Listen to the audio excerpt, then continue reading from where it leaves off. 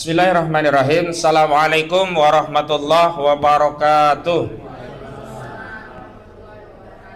Terima kasih saya sampaikan kepada rekan-rekan media yang sudah memenuhi undangan kami, sebagaimana undangan yang baru semalam mungkin ya disampaikan.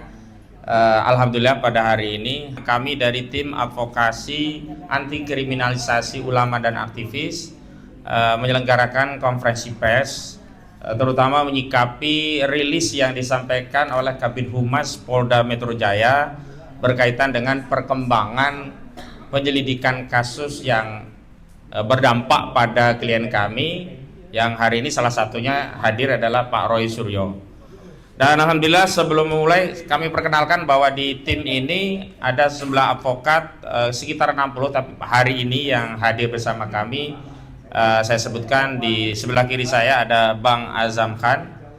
Beliau bagian dari tim advokasi dan sekaligus sekjen tim pembela ulama dan aktivis, dan nanti akan mengupdate advokasi yang berkaitan dengan permintaan untuk melakukan gelar perkara khusus di Biro Wasidik Mabes Polri. Kemudian di sebelah kiri ada Bu Kurnia Triroyani, sarjana hukum. Beliau juga salah satu advokat yang bareng-bareng menangani atau mengadvokasi Dr. Roy Suryo, Dr. Rismond dan yang lainnya. Dan hari ini juga beliau nanti kami minta untuk memberikan respon terhadap statement dari, saya katakan pejabat ya, karena penasehat Kapolri yang cenderung bias dan multitafsir, bahkan seperti mengumbar ancaman kepada publik dengan menyebut akan banyak tersangka dalam kasus ini. Dan kemudian ada rekan saya Bung Fitran Sahdeli, sarjana hukum, juga bagian dari tim advokasi, dan ada juga dari sejumlah aktivis yang juga hadir bersama kami, ada Bang Ruslah Effendi dan yang lainnya.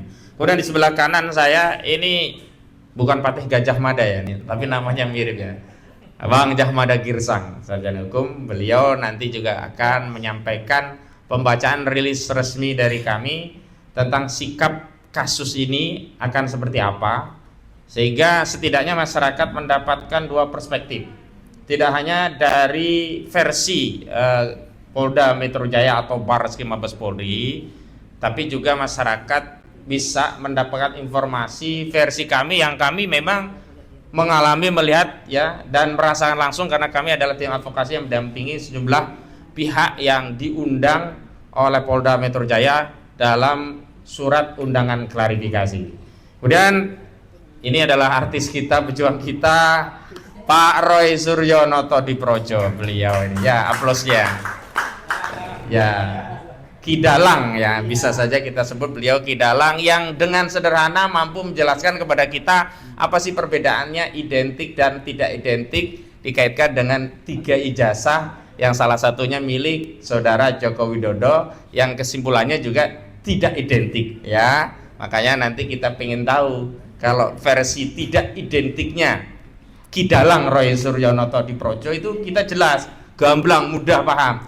Tapi sampai hari ini ya tidak identiknya versi ya Direktur Tindak Pidana Umum Barreskrim Mabes Polri Brigjen Pol Juhandani Rorjopuro. Sampai hari ini kita tidak tahu yang dimaksud identik tidak identiknya itu yang seperti apa gitu. Kemudian di sebelah kanan ada ya senior kita ya, Bang Medi Juniarto, sarjana hukum, adalah bagian dari tim advokasi juga. Dan Bang Medi ini yang sudah sejak lama juga menyampaikan pandangan bahwa semestinya kasus di Polda ini tidak dilanjutkan atau ditunda, karena harusnya Polda Metro Jaya mematuhi Perma nomor 1 tahun 1956 yang intinya kalau masih bergulir gugatan perdata terkait sengketa hak, yakni hak atas ijazah tadi, benar punya Jokowi atau bukan, apakah dia punya hak terhadap isi dari ijazah itu, kan sedang dipersengketakan di 2 pengadilan sekaligus. Yang pertama Pengadilan Negeri Surakarta, yang kedua di Pengadilan Negeri Sleman. Tapi ya karena logika kekuasaan itu kadang-kadang mengesampingkan ya hukum dan logika nalar sehat kita. Tetapi tetap kita sampaikan bahwa semestinya kasus ini ditunda sampai ada putusan pengadilan yang berkekuatan hukum tetap dari 2 perkara perdata, dan mungkin juga akan ada perkara-perkara perdata lainnya. Dan yang kita anggap, kita tuakan dan sebagai Dewan Penasihat kita Dr. Ahmad Yani SHMA, ya Bang Yani selaku tuan rumah.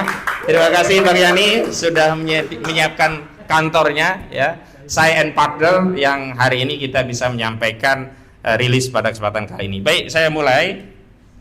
Yang pertama, kami ingin tegaskan bahwa dalam konteks penanganan perkara dugaan pidana pencemaran dan fitnah yang dilaporkan oleh Saudara Joko Widodo pada 30 April 2025 sampai hari ini tahapannya baru sebatas klarifikasi.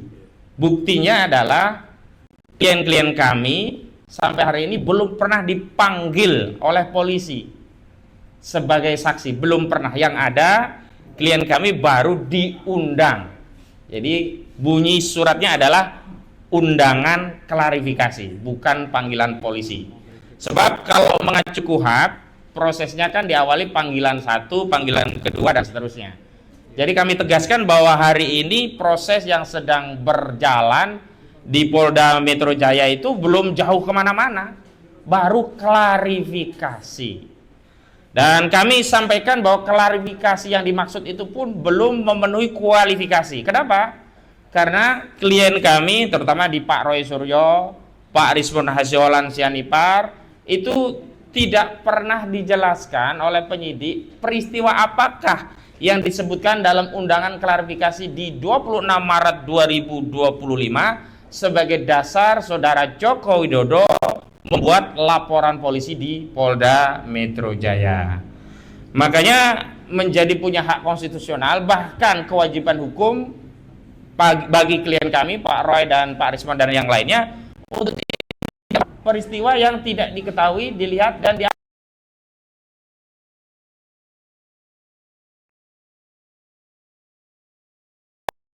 satu angka 26 KUHP atau Kitab Undang-Undang Hukum Acara Pidana, bahwa saksi itu adalah orang yang melihat, mendengar, dan mengalami sendiri sebuah peristiwa sehingga dia bisa menerangkan peristiwa itu kepada penyidik. Itu yang pertama. Yang kedua, kami juga harus tegaskan ada dua peristiwa hukum yang berbeda. Tidak boleh dikait-kaitkan. Ini berjalan masing-masing. Yang pertama adalah peristiwa DUMAS atau aduan masyarakat yang disampaikan oleh Tim Pembela Ulama dan Aktivis di 6 Desember 2024 yang kemudian ditingkatkan menjadi laporan informasi yang ditindaklanjuti dengan sejumlah undangan klarifikasi juga. Jadi klarifikasi DUMAS di Barreskrim Mabes Polri itu berkaitan dengan adanya aduan dari Tim Pembela Ulama dan Aktivis yang ditandatangani oleh Profesor Dr. Egy Sujana SH.MSI, juga sejumlah anggota yang lainnya, misalkan Pak Rizal Fadilah juga ikut, ya. Kemudian Pak Azamkan selaku sekjen dan yang lainnya. Bahkan aktivis juga ikut mendampingi, Pak Rustam Effendi juga kan. Nah, itu adalah kasus atau peristiwa yang berbeda dengan kasus yang dilaporkan oleh Saudara Joko Widodo. Kasus di Barreskrim Mabes Polri adalah DUMAS yang sebenarnya keinginan kawan-kawan TPUA saat itu langsung menjadi LP Pro Justisia. Tapi di 6 Desember LP ini tidak diterbitkan dan laporan dari Tim Pembela Ulama dan Aktivis hanya diarsip di DUMAS. Baru ditindaklanjuti setelah ada laporan Saudara Joko Widodo 30 April di mana di 6 Mei 2025 mulai ada panggilan klarifikasi, termasuk Bang Medi Juniarto kalau tidak salah juga di 6 Mei 2025 bareng juga dengan Bang Rizal Fadilah 6 Mei. Kemudian Bang Rizal Fadilah 8 Mei-nya dipanggil Polda Metro Jaya untuk memenuhi undangan klarifikasi, tapi qadarullah malamnya kecelakaan itu. Artinya ini peristiwa yang berbeda. Apa yang dilaporkan oleh Tim Pembela Ulama dan Aktivis adalah adanya dugaan tindak pidana pemalsuan dokumen atau memasukkan keterangan palsu di dalam akta otentik atau membuat dokumen otentik yang palsu. Jadi pasal dugaan pidananya ada 263 KUHP, 264 KUHP, dan 266 KUHP. Nah, inilah yang terakhir oleh Direktorat Tindak Pidana Barreskrim Mabes Polri, Direktur Tindak Pidana Umumnya, Brigjen Pol Johandani Raharjapuro, waktu mengumumkan hasil tes laboratorium forensik Mabes Polri menyatakan hasilnya identik dan penyelidikannya itu dihentikan. Nah, terhadap penghentian penyelidikan inilah kemudian tim pembela ulama dan aktivis ya pada 26 Mei 2025 itu mengajukan surat ke Biro Pengawas Penyidikan Barreskrim Mabes Polri yang nanti akan ada penjelasan lanjutan oleh Sekjen TPUA, ini Bang Azam kan. Dan artinya kasus itu meskipun dinyatakan selesai atau dihentikan oleh Barreskrim Mabes Polri, tapi oleh TPUA belum tuntas karena harus ada proses gelar perkara khusus sebagaimana diatur dalam ketentuan pasal 31 junto pasal 33 Peraturan Kapolri nomor 6 tahun 2019. Ini yang harus ditindaklanjuti oleh institusi kepolisian. Kenapa? Karena kalau kami dilibatkan dalam prosesnya, maka kami bertanggung jawab atas hasilnya. Berbeda dengan apa yang selama ini dilakukan oleh Barreskrim, mereka melakukan proses sendiri, tidak melibatkan kami, tidak juga kami bisa memastikan apakah yang disebut identik benar-benar perbandingan antara ijazah saudara Joko Widodo dengan ijazah lain yang benar-benar asli. Itu kami tidak bisa menjamin. Sehingga saat pengumuman yang disampaikan oleh Barreskrim Mabes Polri, kami memang menyampaikan penolakan. Kenapa? Karena prosesnya tidak transparan, jadi hasilnya tidak kredibel dan tidak akuntabel. Itu yang berkali-kali kami sampaikan bahwa keraguan atau yang kami sanksikan bukan terkait peralatan, bukan terkait teknologi, bukan terkait materi, tapi terkait ya kredibilitas dan reputasi institusi Polri. Mohon maaf, saya harus spill kasus Brigadir Joshua Huta Barat yang sebelumnya dirilis oleh Barreskrim Mabes Polri sebagai kasus tembak menembak. Ternyata setelah ada reka ulang, otopsi ulang oleh institusi di luar institusi Polri, hasilnya apa? Ternyata pembunuhan polisi oleh polisinya polisi, yakni Ferdi Sambo. Makanya nggak bisa kita diamkan, kita libasnya kayak gini. Ya, ketidakadilan itu harus kita libas. Dan kami belajar dari itu wajar, bukan hanya kami, tentu publik, rakyat juga wajar. Jika ingin ada transparansi, akuntabilitas dari prosesnya, sehingga kredibilitas dari hasil penyelidikan Barreskrim Mabes Polri itu bisa dipertanggungjawabkan bukan hanya oleh Barreskrim, juga kita ikut bertanggung jawab. Hari ini kami tegaskan, kami menyatakan tidak ikut bertanggung jawab karena prosesnya tidak pernah dilibatkan. Yang kedua, kasus di Polda Metro Jaya adalah kasus yang dilaporkan oleh saudara Joko Widodo atau lengkapnya IRHTT Joko Widodo di 30 April 2025, di mana saudara Joko Widodo menurut keterangan Kabid Humas saat berada di daerah Karet, Kuningan, Jakarta Selatan 26 Maret 2025 mengaku melihat sejumlah video, ya kalau kayak kita scroll gitulah ya. Kok ini ada mungkin ya, kok ada omongan yang saya nggak nyaman. Nah, itu yang kemudian dikumpulkan 24 video dan dibuat laporan polisi. Itu yang tidak pernah muncul saat pemeriksaan klien-klien kami memenuhi undangan klarifikasi. Karena tidak pernah dijawab peristiwa 26 Maret itu peristiwa apa. Tidak pernah disebutkan. Kita mendapat peristiwa itu, keterangan bahwa itu peristiwanya adalah saat saudara Joko Widodo ada di daerah Karet, Kuningan, Jakarta Selatan. Itu ketika ada rilis dari Kabid Humas, Kabid Humas Polda Metro Jaya. Ya, Kombes Pol Ade Arisam Indardi. Jadi nggak keliru kalau kita bertanya, kenapa? Karena dimintai klarifikasi, peristiwanya tidak jelas begitu. Nah, ini yang kemudian diduga kalau laporannya adalah penghinaan dan pencemaran. Makanya kami selalu tegaskan kalau pasalnya penghinaan dan pencemaran terkait saudara Joko Widodo merasa dihinakan sehina-hinanya, direndahkan serendah-rendahnya, maka yang relevan pasalnya adalah 310 KUHP tentang pencemaran, 311 KUHP tentang fitnah, dan okelah masuk Undang-Undang ITE 27A Undang-Undang ITE tentang menyerang kehormatan melalui sarana elektronik.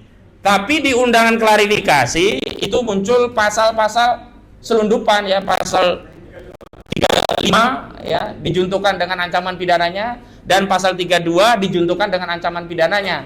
Jadi yang 35 itu ancamannya 12 tahun penjara, yang 32 itu ancamannya 8 tahun penjara. Ini yang kami kritisi, yang sampai hari ini tidak mendapatkan jawaban dan klarifikasi. Karena sejak awal tidak ada kasus ini yang mengarah kepada delik selain pencemaran dan fitnah. Kemudian saya juga mau kasih tahu, ternyata di luar Polda Metro Jaya di 30 April 2025 ada juga laporan. Walaupun sekali lagi saya tegaskan sampai hari ini klien kami belum memiliki status apapun selain pihak yang dimintai klarifikasi. Saya tegaskan sekali lagi, klien kami belum menyandang status apapun atau tidak memiliki status apapun kecuali diminta klarifikasi. Jadi kalau ada media yang menyatakan terlapornya atas nama A, B, C, D, saya katakan itu semuanya keliru, bohong. Kenapa? Justru acuan siapa yang terlapor itu adalah keterangan resmi dari penyidik. Saat penyidik memanggil klien kami dan sebelum terjadi proses mengambil keterangan untuk klarifikasi, itu ditanya, ini terlapornya siapa? Agar menjadi jelas. Kalau terlapornya ternyata saudara kita, kan kita boleh menolak untuk memberikan keterangan begitu. Ternyata terlapornya disebutkan baru dalam tahap penyelidikan. Ya, jadi nggak jelas. Kalau tahap penyelidikan ini juga ngeri-ngeri juga. Jadi saya ingat statement, nanti tolong dikomentari ya Bu Kurnia, dari penasihat Kapolri Irjen Pol Purnawirawan Arianto Sutadi, yang saya tegaskan saudara Arianto ini mengedarkan atau menebarkan ancaman kepada masyarakat dengan menyebutkan akan banyak tersangka dari kasus ini. Itu bukan wewenang saudara. Saudara bukan penyidik, bukan juga juru bicara dari penyidik, baik penyidik di Polda maupun di Barreskrim. Sehingga sebaiknya sebagai penasihat Kapolri, saudara menasihati Kapolri, bukan mengedar tudingan kepada masyarakat, mengedarkan kecemasan kepada masyarakat seolah-olah siapapun yang terlibat dalam pro kontra ijazah palsu saudara Jokowi, hati-hati bisa jadi tersangka. Ya, ini yang nanti akan didetailkan oleh Bu Kurnia Triroyani. Jadi saya lanjutkan, selain di Polda ada laporan yang lain, misalkan di Polres Jakarta Selatan dan Polres Jakarta Pusat. Ada dua entitas yang juga melaporkan perihal yang sama terkait ijazah palsu saudara Jokowi, tapi dengan judul pidana yang berbeda, bukan lagi pencemaran, tapi menggunakan pasal penghasutan 160 KUHP. Dan ini sudah masuk duluan sebelum saudara Joko Widodo memasukkan laporan di 30 April 2025. Tapi kemarin saya baca di media, kasus ini disatukan atau dikonsolidasi ke Polda Metro Jaya. Tapi kalau saya punya pendapat, ini sebenarnya bukan dikonsolidasi, sebenarnya memang tak layak ditindaklanjuti karena nggak relevan. Ini sama saja oleh Polres Jakarta Selatan, oleh Polres Jakarta Pusat, kasusnya ini ditolak. Ya, laporan dari Pemuda Patriot itu dan juga Pradi Bersatu sebenarnya secara substansi tidak layak. Tapi ya kasihan kalau dibilang nanti ditolak, nggak layak, dikira nggak ngerti ya, bikin laporan polisi, ya dihiburlah, Bapak, kasus Bapak kita konsolidasi ke Polda gitu kira-kira. Ya nggak apa-apa lah. Tapi saya ingin menegaskan kasus ini sudah masuk pada proses yang masuk kategori lex spesialis, dan dalam asas hukum dikenal kaidah lex spesialis derojat lex generalis. Lex spesialisnya adalah delik aduan saudara Joko Widodo yang menyatakan dirinya direndahkan serendah-rendahnya dan merasa dihina sehina-hinanya, maka pasal yang spesialis punya legal konstitusional untuk menyelidiki perkara ini hanya pasal 310 KUHP, 311 KUHP, kalau ITE-nya hanya 27A Undang-Undang ITE. Maka dengan demikian seluruh laporan yang berkaitan dengan ijazah palsu, yang berkaitan dengan tuduhan apapun termasuk tuduhan penghasutan, itu tidak bernilai. Karena itu delik publik, delik umum. Gak mungkin juga nanti karena kewenangan pengadilan berbeda nanti sidang, misalnya saudara Joko Widodo baru diadili sebagai saksi korban di Pengadilan Negeri Jakarta Selatan karena Polda Metro Jaya ada di Jakarta Selatan. Besoknya dipanggil hakim Pengadilan Negeri Jakarta Pusat berdasarkan laporan dari Polres Jakarta Pusat. Kan ini membingungkan gitu loh. Kasihan Pak Jokowinya nanti dipanggil-panggil terus gitu loh. Diperiksa dari peradilan sini, peradilan yang lain. Fokus saja ya, saya minta penyidik fokus karena sudah ada lex spesialis yakni saudara Jokowi, dan memang delik aduan yang berwenang untuk mengadukan komplain terhadap wibawanya, marwahnya tercederai hanyalah korban. Jadi nggak ada urusan itu dengan Peradi Bersatu, nggak ada urusan itu dengan apa satunya Patriot Nusantara, nggak ada urusan itu dengan apa yang mengatakan dirinya Rejo, Projo, apalagi Reco dan yang lainnya. Itu Solmed ya, itu nggak punya nilai. Makanya ini hanya punya nilai apa, bikin gaduh di masyarakat saja. Dia bukan Jokowi, dia bukan kuasa hukum Jokowi, dia tidak punya wewenang bertindak untuk dan atas nama Jokowi. Apa dasarnya dia bikin laporan polisi? Kecuali apa? Bikin gaduh. Ya, itu saya tegaskan, bikin gaduh gitu. Kalau dibalik itu ada cuan ya, tanyakan kepada mereka. Karena sebelumnya saya tidak percaya kasus ini ada yang mendanai. Tapi begitu Ngabalin menyatakan ada duit besar dari kasus ijazah palsu ini, saya jadi yakin dan percaya, dan dugaan kuat saya yang dapat cuan besar diantaranya adalah Ngabalin. Jadi jangan tuduh-tuduh kita, karena sebelumnya Ngabalin nggak pernah ngomong. Nah sekarang kenapa dia ngomong? Tanya itu, dapat duit nggak kamu Ngabalin? Nah ya, jangan buruk muka cermin dibelah, ya kan?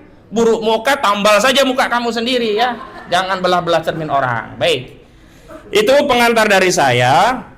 Baik, untuk menyingkat maka kita akan coba masuk ke substansi. Tapi sekali lagi saya ingin tegaskan, apa yang terjadi di Bareskrim berbeda dengan apa yang di Polda. Maka bukti-bukti proses yang ada di Bareskrim tidak bisa dianalisa dan digunakan untuk memproses laporan saudara Joko Widodo, karena dua institusi ini menyatakan hal yang sama. Brigjen Pol Johandani Rojodipuro menyatakan akan berkoordinasi memberikan bimbingan kepada bawahnya di Polda. Polda juga katanya akan berkoordinasi menganalisa hasil lab 4 dari Bareskrim Mabes Polri untuk menangani kasus saudara Joko Widodo. Makanya kalau mau fair, tidak menggunakan hasil yang sudah dilakukan oleh Bareskrim, harus menggunakan hasil penyelidikan sendiri oleh Polda Metro Jaya. Makanya kami sudah lama melalui Bang Petrus Celestino selaku koordinator litigasi ya di tim kami meminta agar apa? Ijazah saudara Joko Widodo disita sebagai barang bukti, dianalisa di situ. Dan nanti kalau waktu gelar perkara di kasus laporan saudara Joko Widodo, kami selaku pihak yang berkepentingan harus ya dilibatkan. Baru nanti kita bisa lihat mana sih ijazah Jokowi. Oh ini toh ijazah Jokowi misalnya begitu. Kita bisa ngelihat. Jadi yang melihat meraba menerawang bukan hanya kuasa hukum Jokowi, kan katanya kuasa hukum Jokowi meyakini itu asli karena sudah melihat meraba dan menerawang. Saya kira ini kayak uang gopean aja ya, melihat, meraba, menerawang. Jadi metode meyakini ijazah itu asli disamakan dengan metode ngecek uang itu asli atau palsu gitu. Jadi itu kami menyatakan menolak hasil dari Bareskrim digunakan untuk proses di Polda Metro Jaya karena berbeda. Di Bareskrim itu awalnya Dumas, laporan informasi ditindaklanjuti dengan klarifikasi. Di Polda Metro Jaya langsung LP Pro Justisia ditindaklanjuti dengan surat perintah penyelidikan, dan terakhir ditindaklanjuti dengan mengundang sejumlah pihak untuk melakukan klarifikasi. Ada satu contoh ya yang saya unggah dalam artikel adalah kasusnya Setia Novanto. Awalnya kan dia ditetapkan tersangka berdasarkan sprindik pihak lainnya, keterangan saksi lainnya. Nggak bisa, karena apa? Kasus orang itu ya satu-satu, nggak bisa berkas satunya dipakai berkas orang lain, nggak bisa. Akhirnya kan saat itu diperadilankan dan batal, terus diterbitkan sprindik baru. Saya tidak mau menyatakan nanti akan kami pra-peradilan, itu hal yang lain. Tapi sebenarnya kita ini sebenarnya kita seluruh rakyat pengen transparansi, pengen segera masalah ini selesai. Jenuh ngomongin ijazah palsu terus terang, nggak dapat duit kita ini. Jangan dibilang Ngabalin kita ini proyek-proyek. Kalau Ngabalin dugaan kuat saya dapat ya duit ya. Gitu. Iya. Tapi kita ingin jawaban, dan sebenarnya saya dalam sebuah rilis media kami sampaikan bahwa kalau secara objektif ini kan diserahkan secara hukum, tapi secara subjektif sebenarnya saudara Joko Widodo bisa mengambil sikap subjektif dengan bersikap negarawan, perwira, kesatria, menunjukkan ijazahnya, selesai. Tapi kalau ternyata ijazahnya memang bermasalah, ya saya pun dalam posisi itu takut menunjukkan ijazah itu. Baik, itu saja dari saya.